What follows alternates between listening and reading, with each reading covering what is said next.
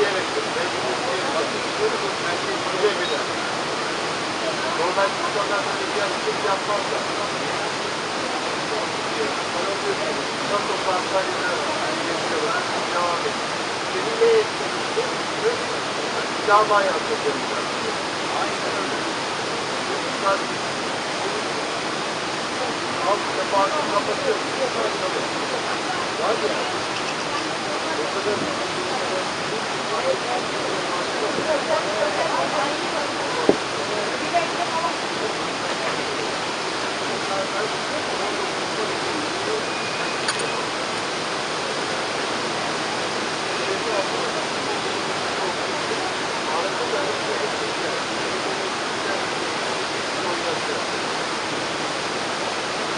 ama buranın gelirse ayrılık yok.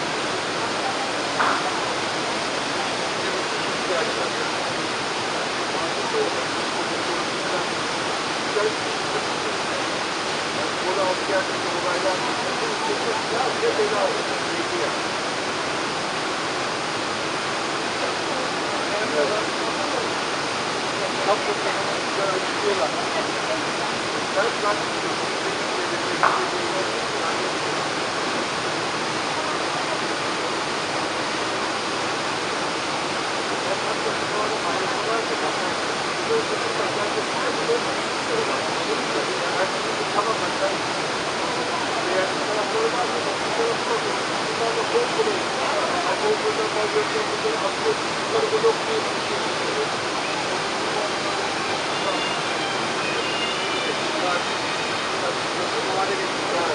Aynen.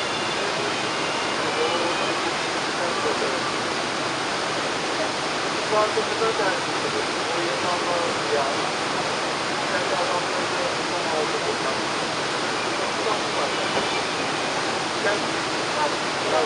Yani Allah affetsin.